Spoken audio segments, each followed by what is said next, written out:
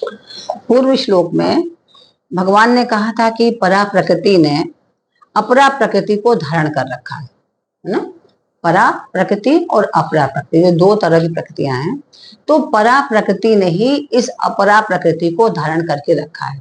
क्योंकि अपरा प्रकृति तो जड़ है, वो तो किसी को धारण नहीं कर सकती, लेकिन परा प्रकृति ने अपरा प्रकृति को धारण किया है। अब उसी का स्पष्टीकरण कर रहे हैं भगवान और आगे बता रहे हैं। एतद्योनीनि भूतानि सर्वाणि त्युपधारय अहं कृष्णस्य जगतः प्रभवः प्रलयस्तथा। एतद्योनीनि भूतानि, जितने भी देवता, मनुष्य, पशु, पक्षी, जो भी जंगम वृक्ष, लता, घास आदि स्थावर प्राणी हैं, जितने तरह के भी, जितनी भी वैरायटी के लोग हैं, वे सभी मेरी अपरा और परा प्रकृति के संबंध से ही उत्पन्न हुए। क्योंकि अगर खाली अपरा प्रकृति हो तो उत्पन्न ही नहीं हो सकता, क्योंकि उसमें चैतन्यता नहीं है, है ना। जैसे बहुत सी महिलाएं गर्भवती होती हैं, लेकिन उनको गर्भपात कराना पड़ता है क्योंकि उस बच्चे में जान ही नहीं आई होती, हार्ट बीट नहीं होती, तो वो क्या है, वो पराशक्ति है। हाँ, तो जब पराशक्ति नहीं है, हाँ, तो जब पराशक्ति नहीं है तो उसका मांस के लोथड़े का क्या करोगे आप, है ना, इसलिए निकालना पड़ता है। तो भगवान श्री कृष्ण कह रहे हैं कि जितनी भी चीजें हैं इस संसार में, चाहे वो पशु हो, पक्षी हो, मनुष्य हो, वृक्ष हो, कुछ भी है, सब ये परा और अपरा शक्ति के संयोग से ही बनते हैं, इससे ही उत्पन्न होते हैं, किसी एक चीज से नहीं उत्पन्न होते हैं। तो सर्वाणि इत्युपधारय, स्वर्ग लोक, मृत्यु लोक, पाताल लोक आदि संपूर्ण लोकों के जितने भी स्थावर जंगम प्राणी हैं, जितने भी, जहां के भी पूरे, सब के सब अपरा और परा प्रकृति के संयोग से ही उत्पन्न होते हैं। चाहे कीड़े मकोड़े कोई भी लीजिए, नहीं तो वो क्या है, जड़ है। अगर उसमें से परा निकाल दिया तो वो सब जड़ हो गया, कुछ है ही नहीं। तो जितनी चीजें भी संसार में हैं वो सब परा और अपरा प्रकृति के संयोग से ही है। और परा प्रकृति कौन है, भगवान। और हमारे अंदर भी परा प्रकृति है जीव के रूप में, और बाकी जो शरीर है सब अपरा है। जैसे क्या होता है कि हर चीज में वो तत्व हैं, सभी तत्व हैं, पृथ्वी जल वायु अग्नि, जो आपको बताया था, पांचों तत्व हैं हर चीज में। अब जो पत्थर है, जो ये दीवार है, इसमें भी वो तत्व है, लेकिन इसमें चैतन्यता का अभाव है, अपरा है, परा नहीं है। हाँ हाँ, तो हाँ, ये निर्जीव है, हाँ, नॉन लिविंग है। तो अब क्या हुआ, जो बड़े बड़े सिद्ध महापुरुष होते हैं वो क्या करते हैं, इनमें भी चैतन्यता डाल देते हैं, अपनी शक्ति के कारण, अपने तप बल के कारण, है ना। ऐसे बहुत से ऋषिगण हैं जो ऐसे किसी भी पर्वत पहाड़ को उठाएंगे, चलो हमारे संग, तो वो उनका बन जाएगा, उनकी सवारी उनको लेकर हो जाएगा। क्यों? क्योंकि उसमें वो तत्व डाल देते हैं पराशक्ति का, उनके में वो पावर है। तो परा प्रकृति ने अपरा को अपना मान लिया है। इस चीज को समझिएगा कि परा जो प्रकृति है उसने इस अपरा को अपना मान लिया है। हमारे अंदर जो परा प्रकृति है, हमने उसको अपना मान लिया है, उसका संग कर लिया है, अब उसी के साथ रह रहे हैं। इसी से सब प्राणी पैदा हो रहे हैं, परा और अपरा के कारण। तो भगवान श्री कृष्ण कह रहे हैं इसको तुम धारण करो, मतलब धारण करो मतलब पहनो नहीं, धारण करो मतलब इसको समझो, इसको समझो, हाँ, दिमाग में इसको धारण कर लो, इसको तुम मान लो कि परा प्रकृति ने अपरा प्रकृति को धारण कर लिया, चाहे कहीं भी हो, कुछ भी हो। अहम कृष्णस्य जगतः प्रभवः प्रलयस्तथा। मात्र वस्तुओं को सत्ता स्फूर्ति परमात्मा से ही मिलती है। जितनी भी वस्तुएं हैं उनको किससे मिलती है सत्ता? उस परमात्मा से मिलती है। अगर वो पराशक्ति का उसमें संयोग ना हो तो स्फूर्ति कहाँ आएगी?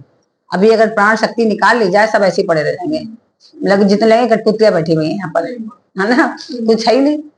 तो वो स्फूर्ति हमें कहाँ से प्राप्त हो रही है? उसी पराशक्ति से, उसी परमात्मा से ही प्राप्त हो रही है। इसलिए भगवान कहते हैं कि मैं कृष्ण संपूर्ण जगत का प्रभव हूं, मतलब संपूर्ण जगत को उत्पन्न करने वाला हूं, है ना। पराशक्ति किससे आ रही है? उनसे ही मिल रही है हम लोगों को। तो मैं संपूर्ण जगत का प्रभव हूं, और कौन हूं? और मैं ही प्रलय करने वाला हूं। जैसा कल बताया था ना कि है तो वो एक ही तत्व, परम तत्व परमात्मा एक ही है, लेकिन जब उनको विलय करना होता है, प्रलय करना होता है, तब वो कौन बन जाते हैं? शिव बन जाते हैं। और जब उनको संसार को चलाना होता है तब विष्णु बन जाते हैं। और जब उत्पन्न करना होता है तब ब्रह्मा हो जाते हैं। लेकिन है वो एक ही तत्व, अलग अलग नहीं है। यहाँ प्रभव का तात्पर्य है कि मैं इस जगत का निमित्त कारण हूं, मतलब कारण जगत का।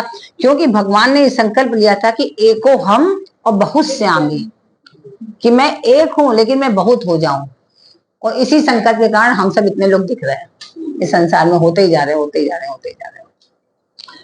जैसे घड़ा बनाने में कुम्हार और सोने के आभूषण बनाने में सुनार ही निमित्त कारण है। कौन कारण है भाई? कुम्हार, घड़ा तो वही बना रहा है ना, कुम्हार बना रहा है। तो ऐसे ही भगवान भी उसको बनाने के कारण है ना। तो जैसे क्या होता है कि घड़ा मिट्टी से पैदा होता है और मिट्टी रूप ही रहता है। जैसे मिट्टी का घड़ा बना, वो मिट्टी के रूप में है। और जब हम उसका प्रयोग करते हैं, बहुत दिन तक हमने उसका प्रयोग किया, प्रयोग किया, प्रयोग किया, फिर क्या होता है? फिर टूटता है। और टूट के क्या होता है? फिर से मिट्टी में मिल जाता है। तो फिर उसका अपना अस्तित्व खत्म। तब तक तो घड़ा कहला रहा है कि अरे घड़ा है, घड़े में पानी भर दो, घड़े में ये रख दो, वो रख दो, तो तब तक तो घड़ा है। और जब तक हमने यूज कर लिया और जैसे टूटा फिर मिट्टी मिल गया। ऐसे ही जल में कुंभ और कुंभ में जल है, बाहर भीतर पानी, और फूटा कुंभ जल जल ही समाना, यह तत्व कहो गया। तो क्या हुआ? तत्व क्या रहा फिर? तत्व तो रहा मिट्टी। चाहे इतना भी यूज हुआ, लेकिन चाहे मटका बन गया, चाहे घोड़ा बन गया उसका मिट्टी का, चाहे हाथी बन गया, कुछ भी बनाया, लेकिन फिर भी वो तत्व क्या रहा? मिट्टी रहा। उसका कुछ परिवर्तन नहीं हुआ। तो ऐसे ही जो हम लोग अपरा शक्ति के लोग हैं, अपरा, तो जब परा का संयोग होता है तब तो हम कहलाते हैं कि ये शिखा जी बैठी है, स्नेह जी बैठी है, पुनीत बैठे। लेकिन जैसे ये समाप्त हुआ, अंदर से पराशक्ति निकली, तब हम क्या हो गए? उसी में मिल गए। फिर हमारे में कुछ रहा ही नहीं, शेष कुछ रहा ही नहीं, हाँ, कुछ भी नहीं बचा। ऐसे ही यह संसार भगवान से उत्पन्न होता है और भगवान में ही रहता है और अंत में भगवान में ही लीन हो जाता है। ऐसा अगर हम जान जाएं तो इसको हम क्या कहेंगे? ज्ञान। अगर इसको हम जान जाएं कि जितनी भी चीजें हैं भगवान से उत्पन्न हो रही हैं और भगवान में ही अंत में विलीन हो जाती हैं, अगर इसको जान जाए तो ये ज्ञान कहलाएगा। और सब कुछ भगवत स्वरूप है, जितना भी है वो सब कुछ भगवत स्वरूप है। भगवान के सिवाय दूसरा कुछ है ही नहीं संसार में। तो ऐसा जब हमें अनुभव होने लगे, जाने नहीं, ऐसा हमें अनुभव होने लगे, तब ये विज्ञान है। ये हमें अनुभव होना चाहिए। अभी तो केवल हम जान लें कि हाँ भी सब कुछ भगवान है, लेकिन जान के क्या कर रहे हैं? व्यवहार तो हमारा परिवर्तित है। व्यवहार तो एक समान है क्या? नहीं है। जबकि हम जान रहे हैं, फिर भी हम व्यवहार एक सा नहीं कर पा रहे हैं। कि हम अपनी भूख और दूसरे की भूख एक समान समझे, ऐसा मानते हैं? अरे ये झूठ बोल रहा होगा, नाटक कर रहा होगा, है ना, हम नहीं देंगे उसको। अगर वो परेशान है तो हम उसकी बातों को कम सुनेंगे। तो हम जान तो रहे हैं कि हाँ सब एक है, उसमें भी वही परमात्मा, ये जान रहे हैं, लेकिन अभी अनुभव नहीं कर पा रहे हैं। तो अनुभव नहीं कर पा रहे हैं तब हम विज्ञान उसको समझ नहीं पा रहे हैं। जिस दिन अनुभव होने लगेगा तब ये विज्ञान बन जाएगा, यही ज्ञान। कृष्णस्य जगतः, अब भगवान क्या कह रहे हैं कि भगवान ने अपने को जड़ और चेतनात्मक संपूर्ण जगत का प्रभव और प्रलय बताया यहाँ पर, है ना। जितने भी संपूर्ण जगत जिसमें जो जो चीजें हैं सबको प्रकट करने वाले भी और उसमें नष्ट करने वाले भी भगवान ही हैं। इसमें जड़ का प्रभाव और प्रलय बताना, तो यहाँ पे ये बता रहे हैं कि ठीक है, अगर हमने जड़ का बताया, लेकिन हम इसको ये बता रहे कि नष्ट हो जाता है, उसके विनाश हो जाता है, उत्पत्ति होती है। तो अगर उत्पत्ति और विनाश हो रहा है तो जो पराशक्ति है वो तो नित्य है, वो तो अविनाशी है, तो नाश क्यों हो रहा है? एक मन में एक ही जिज्ञासा उत्पन्न आप लोग के हो सकती है कि जब भगवान की जो पराशक्ति है वो अविनाशी है और हम जो जीव हैं, जो हमारा शरीर है जो हमने धारण किया है वो अविनाशी है, तो ये नाशवान है, तो ये तो नाशवान है, ठीक है, अपराशक्ति। लेकिन भगवान ने ये कहा कृष्ण से जगतः, कि संपूर्ण संसार जो है ये प्रलयस तथा प्रभव प्रलयस तथा, अहम कृष्ण से जगतः और प्रभव प्रलयस तथा, कि संपूर्ण जगत का प्रभव तथा प्रलय में हूँ। तो ऐसा क्यों कहा? जबकि पराशक्ति तो कभी नष्ट होती नहीं है, नाशवान है नहीं है। तो यहाँ पर जगत शब्द जड़ चेतनात्मक संपूर्ण संसार का वाचक है ना। जगत शब्द जो है ये जड़ का भी और चेतना का भी, दोनों का वाचक है ये।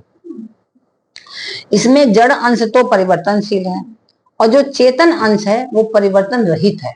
उसमें परिवर्तन नहीं होता और वो निर्विकार है।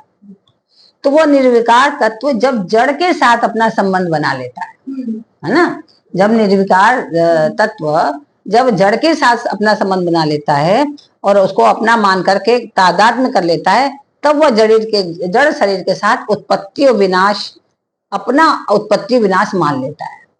नहीं तो पराशक्ति का कुछ नहीं हो रहा है, लेकिन जब उसने जड़ से संबंध बनाया, क्योंकि हमारे अंदर जो चेतनता बैठी हुई है, जो पराशक्ति है, तो जब हम इस जड़ शरीर में आए तो हमारे अंदर क्या हुआ कि ये हमारा शरीर है, हमने इससे जड़ से संबंध बना लिया। जो हमारी चेतना शक्ति है वो तो अविनाशी है, उसका नाश तो कभी नहीं होगा, लेकिन अपने पूर्व जन्म के कर्मानुसार जो हमें शरीर प्राप्त हुआ, तो क्या हुआ, उस पराशक्ति ने ये समझ लिया कि ये शरीर मेरा है जो हमारे अंदर है, इसलिए वो प्रलय और अंत उसका दोनों हो रहा है, उत्पन्न भी हो रही है और अंत भी हो रहा है। क्यों? क्योंकि उसने जड़ से संबंध बना लिया, इसलिए यहाँ पर ऐसा हो रहा है। इसलिए ऐसा इन्होंने ये कहा। जो न खुद को जान सके और न दूसरे को जान सके वह अपरा प्रकृति है, क्योंकि अपरा प्रकृति तो अपने को भी जानती, दूसरे को भी जानती, किसी को जानती नहीं है ना। और जो खुद को भी जान सके और दूसरों को भी जान सके वो परा प्रकृति है, खुद को भी समझ रही है और दूसरों को भी समझ रही है। तो ऐसा इसमें बताया गया है। और वह परा प्रकृति है। इन अपरा और परा दोनों के माने हुए संयोग से ही संपूर्ण स्थावर जंगम प्राणी पैदा होते हैं। जितने भी दोनों के संयोग से ही होता है, ऐसा नहीं कि अकेले पराशक्ति ऐसा करती है। तो परा और अपरा दोनों शक्ति मिलकर ही कार्य करते हैं। तो भगवान ने क्या कहा कि संपूर्ण प्राणियों के उत्पन्न होने में अपरा और परा, इन दोनों प्रकृतियों का संयोग ही कारण है। मुख्य कारण क्या है? परा और अपरा प्रकृति का संयोग। भगवान कृष्ण कह रहे हैं कि ऐसा तुम समझो कि मैं संपूर्ण जगत का प्रभव तथा प्रलय हूँ।